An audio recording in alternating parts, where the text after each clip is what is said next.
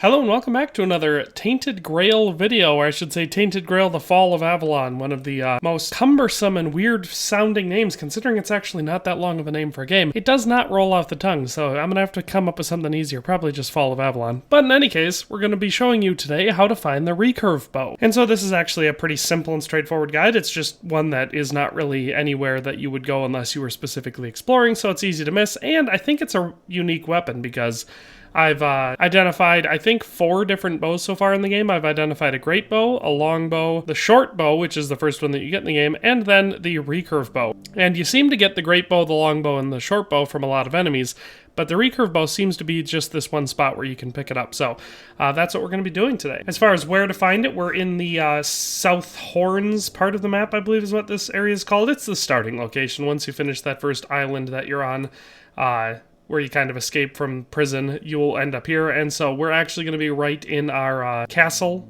region for the keepers, so that's where we're going to go. So you can see where I am on the map. And yeah, it's just going to be straight up these stairs. Once you get up here, we're going to take a left. We're going to go through this hole in the wall, which is somewhat of a strategic weakness. Actually, we're not going to go through the hole. I forgot. We're going to go up these stairs.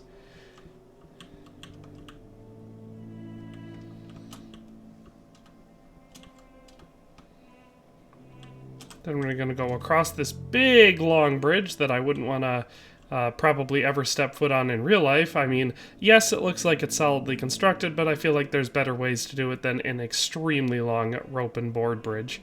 But then we're going to go up around, up these stairs, and across this bridge.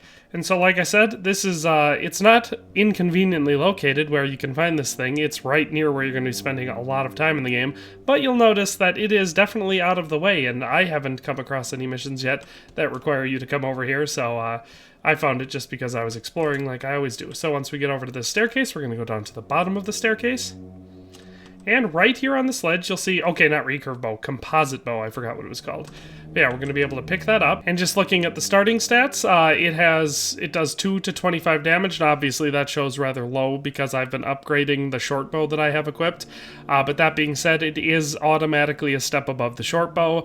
It's pretty comparable with the long bow. The only difference is I think it fires a little bit faster, and, you know, I should say draws back a little bit faster than it. But other than that, it performs pretty similar to the longbow, but it is very unique and interesting, and is light, so there's a lot of perks to using the composite bow. I'll just show you what it looks like when you're using it. So it looks a lot like the short bow, but slightly different. So if you're like me and you like collecting all of the things, then this is one of the things, and I'll show you on the map the exact location. So we started over here. We went up and around those bridges, and then you can see it'll just be at the bottom of the staircase. So if you're looking to set a marker for yourself on where to go get the composite bow, this is where you do it. And like all weapons in this game, it can be upgraded. If you haven't already figured that out, I'll show you. We're going to be going back down into that castle. I won't show you the path because, you know, it's pretty obvious, but we're going back down there. So just in case you haven't figured it out before, we're once again back here inside this part of the castle. But you can upgrade weapons and armor by talking to this fella right here named Osbert, I think is how you would pronounce that. And when you first talk to him, obviously you'll have a big long conversation, and he's got, you know, basically his entire life story that he wants to be able to tell you. But once you've gotten through all of that stuff, you'll unlock the ability to add relic slots to your weapon, which is great. So and also put relics on your weapons and armor, so you can do both of those things here.